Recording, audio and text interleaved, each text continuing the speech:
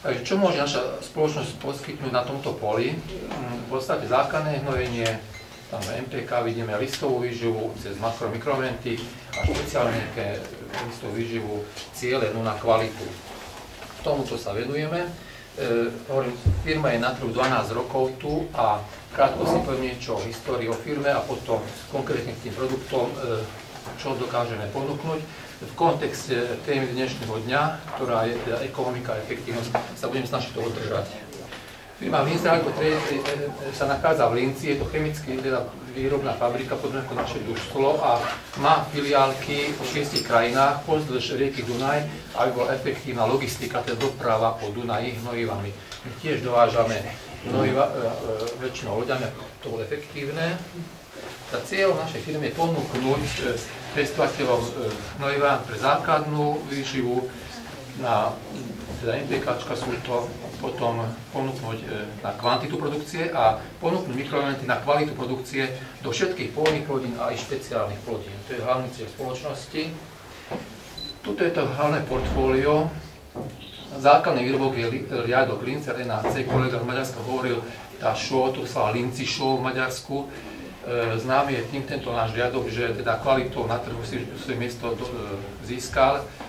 Okrem 27% dusíka má v sebe aj 12,5% vápnika práve kvôli eliminovaniu toho kyselujúceho efektu. Granulometra je 2 až 5 mm, teda ekonomika sa prijaví potom pri rozmetaní, že šírka záberu je až 48 metrov, keď rozmetáme, takže tam vieme si nájsť nejakú tú ekonomiku, efektívnosť. Ďalej, fyzikálne parametre sú veľmi kvalitné, veľmi tvrdé, je škrupinka, takže nie je prašné to hnojivo. Na druhej strane veľmi hydroskopické, takže v styku s pôdou okamžite reaguje a ide k koreňovej zóne a dostane vápenatý povrch na pôde. Čiže tam sa dá nájsť tá ekonomika, efektívnosť týchto fyzikálnych parametrov tohto hnojiva. Veľmi obľúbené a sú hnojiva 15-15-15 a 20-20. To hnojivo 15-15-15 Linzer Star, okrem toho, že má MPK, má aj síru a zinok navyše, okrem týchto čistých živín, zase má tie parametre efektívne a ekonomické, že fosfor je tam až na 90% vo vode rozpustný. Čiže v konvenčných MPK je väčšinou okolo 50% a zase tu si môžete nájsť tu nejakú svoju ekonomiku, efektívnosť. Sú to vyslovené jarné hnojivá, s týmto sa nemá ani hnojiť na jeseň, pretože práve kvôli tomu, že ten fosfor nedostárne v tomto hnojive, v podstate je efektívne použiteľný k produkcii tej jarnej sezóny. Takže ušetríme nejaké náklady na jeseň, pracovné, tým, že nemusíme dvakrát robiť základné hnojenie, ale dá sa to na jar robiť MPK hnojenie. Nad tým je to tmavostredné Linzer typ, to je 20-20 plus sila plus zinok. Je to hnojivo typické podpätu kukurice s obsahom teda fosforu 20% a dusíka 20%, s tým, že fosfor tu je na 100% vodorozpustný. Čiže zase si tu hľadajte tú ekonomiku a efektívnosť, že sa neplýtva a potom dávka sa u nás pohybuje od tých 80-120 kg na hektár, viac nie, až 60 stačí niekedy práve na efektívne plynhojenie a výsledky sú veľmi dobré. Máme ešte typy hnojiva na spodku Linzer Top, kde je pomer chloridovej a sírnej formy draslíka 1:1, teda pre tie špeciálne plodiny ako zemiaky a podobne. To je také krátkosti to portfólio. Tu je to tak sumarizované, ten Linzer typ 2020 som spomínal, v čom je výhodný, je to podpätu kukurice s dobrým fosforom, MPK 15-15-15, sírna forma a ešte iný typ MPčka, ktorý sa u nás osvedčil. Čo je pre nás typické to, že okrem, že máme miešanie hnojív, to sú tieto typy hnojív, máme k tomu program, takže vieme ušiť na mieru na každú parcelu efektívne základné hnojenie. Ten program náš berie do úvahy vládnejšiu úrodu, teda predplodinu a pozberové zvyšky z nej, berie do úvahy tohtoročne plánovanú úrodu konkrétnej plodiny, to sa dá do programu a keď vyjde konkrétny pomer nejakého základného hnojiva, ktorý treba na mne, na 6 tón, povedzme, jačmena niečo, tak vyjde pomer MPK 3, 15, 25, dokážeme to namiešať a viete cieľene na každú parcelu si použiť také základné hnojivo, kde neplýtvate zbytočne. Aj tu môžete si nájsť nejakú ekonomiku, efektívnosť, aby sa neplýtvalo prostriedkami a šilo sa na mieru hnojivo, miešanie v kotíne.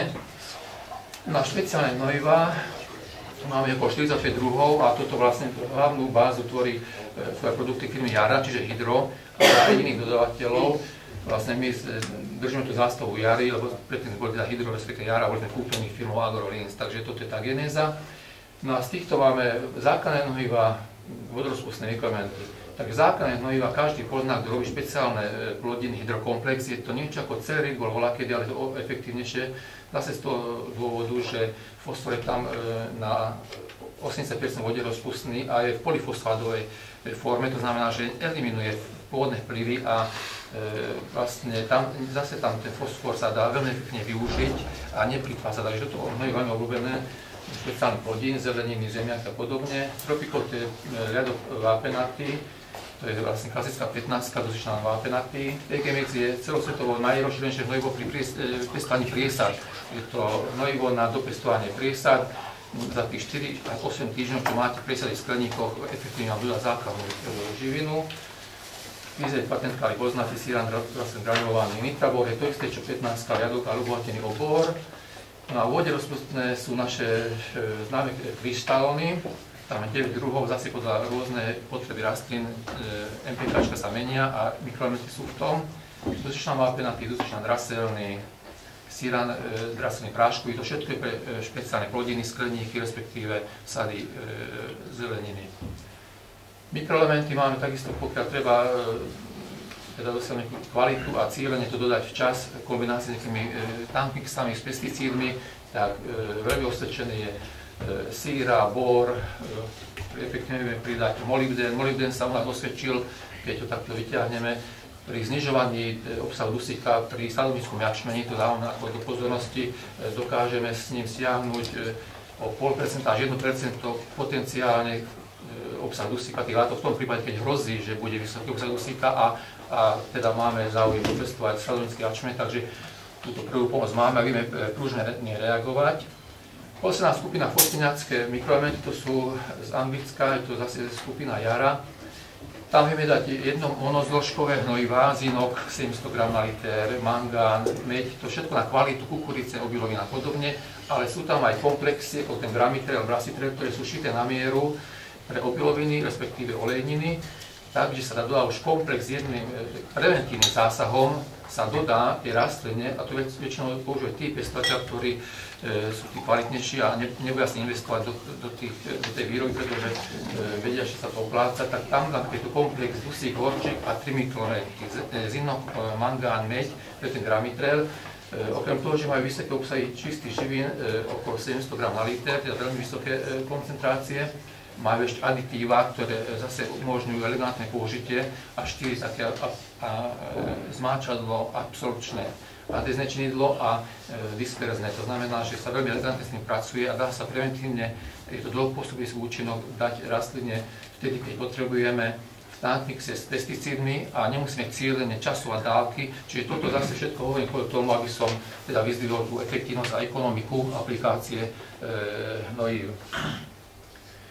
Miesta odberov fotín je naša ako stanica domovská, ale máme sklady a prenájmoch, Senec, Závar, prístavy dovážame tými prístavmi. Na východe máme pre amofóz a draselné hnojiva a robíme tiež priame dodávky odberateľom ucelné kamióny.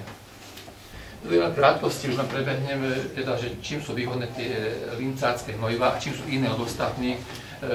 Tu vykvantikovali naši partneri v Rakúsku, že tým, že sa na jar používa MPK, nie na jeseň, to vieme vykvantikovať, že za 4 priemere 1,3 metraka úrody ako plošne, ako to je spriemerované. No a okrem iného v tých testoch boli aj rozmetacie testy také nejako robené a keď sa robil takto bolo rovnomerne rozmetané až na šírku 48 metrov ten riadok, vďaka granulácii hovorím 2 až 5 mm a tak ďalej. A keď nemáte kvalitné hnojivo, prašné, veľmi a podobne, kde zase bola žírka záber v podstate polovičná. To je tento obrázok, čiže keď nemáme dobrú granuláciu toho tovaru, tak vypadá takto. A keď je dobrá granulácia, tak to môže vypadať takto, áno. Čiže zase hovorím o efektivite, ekonomike a tak ďalej. Takže z mojej strany to bolo všetko. Sme tu v dispozícii, keď máš otázka. Teraz dávaj.